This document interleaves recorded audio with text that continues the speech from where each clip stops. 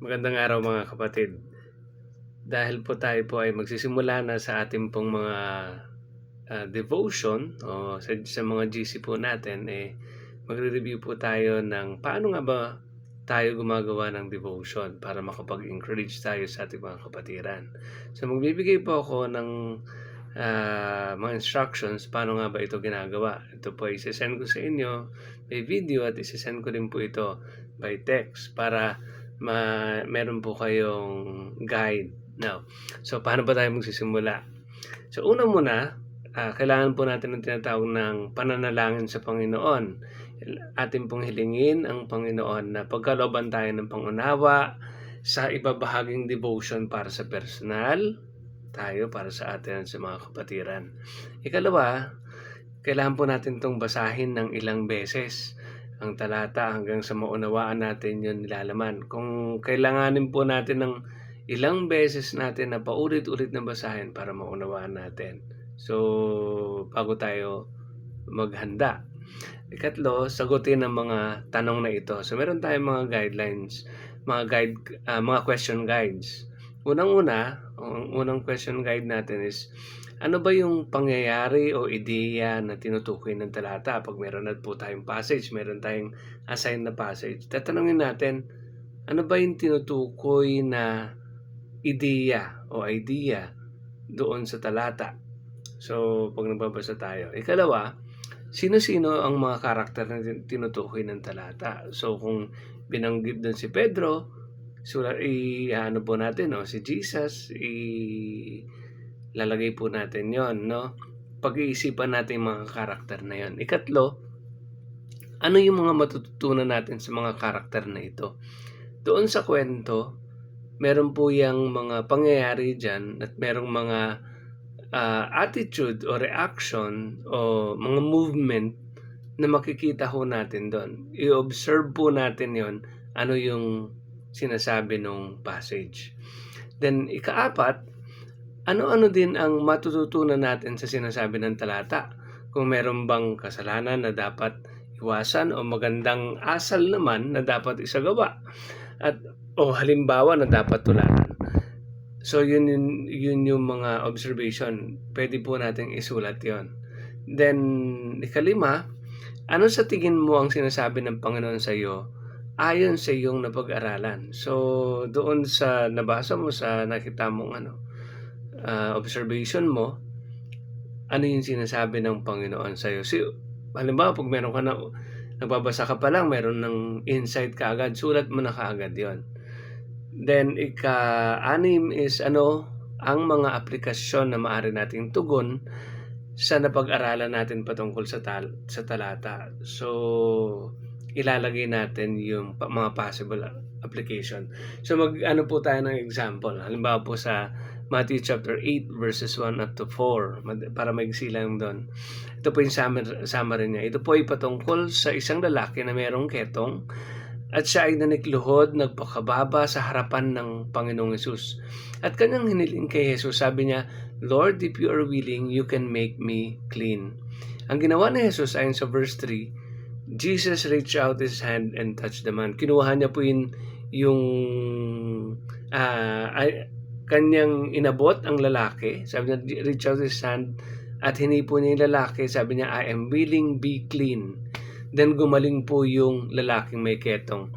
And may instruction si Jesus doon sa verse na yon. Sabi doon, huwag ipagsabi, at inutusan siya na pumunta para ipacheck sa priest para i-validate yung sitwasyon ng ketong niya.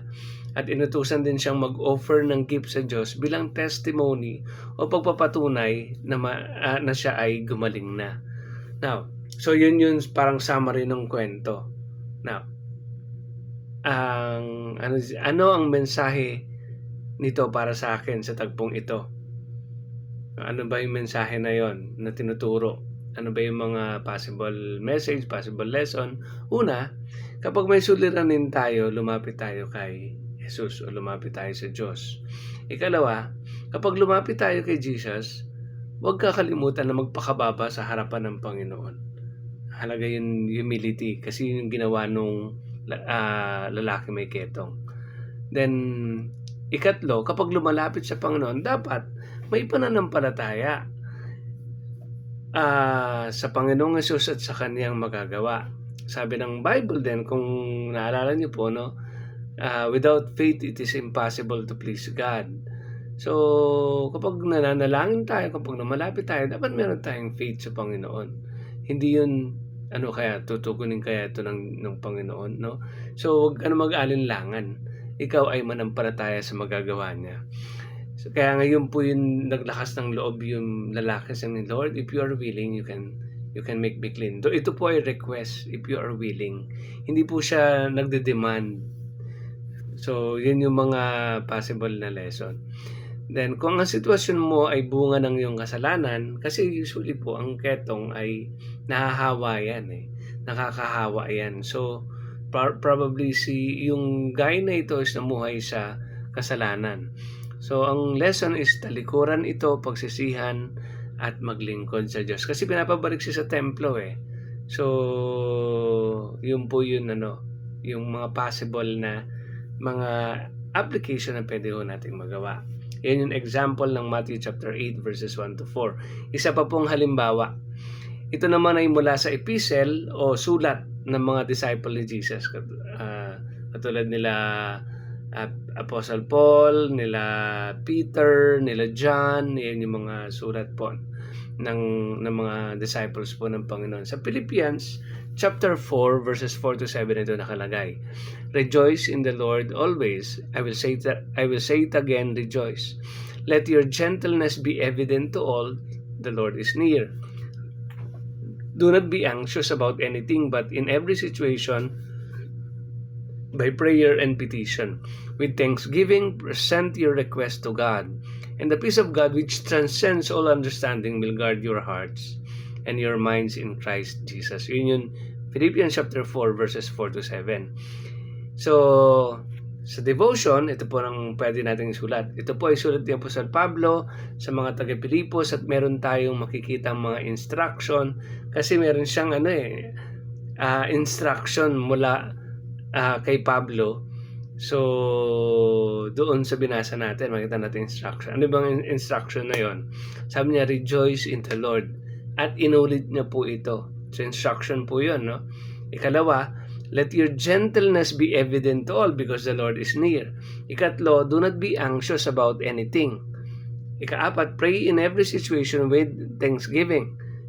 And ikalima, and may promise, makikita natin na ang kapayapaan ng Diyos ang siyang mag-iingat sa ating puso at isip sa pamamagitan ni Jesus. Paano naman natin ito i-apply? Ito na yung application natin. So, kapag nalulungkot, isipin mo na ikaw ay inuutusan ng salita ng Diyos na huwag padaig sa kalungkutan. Kasi sabi ng verse, rejoice in the Lord. At inulit niya po ito.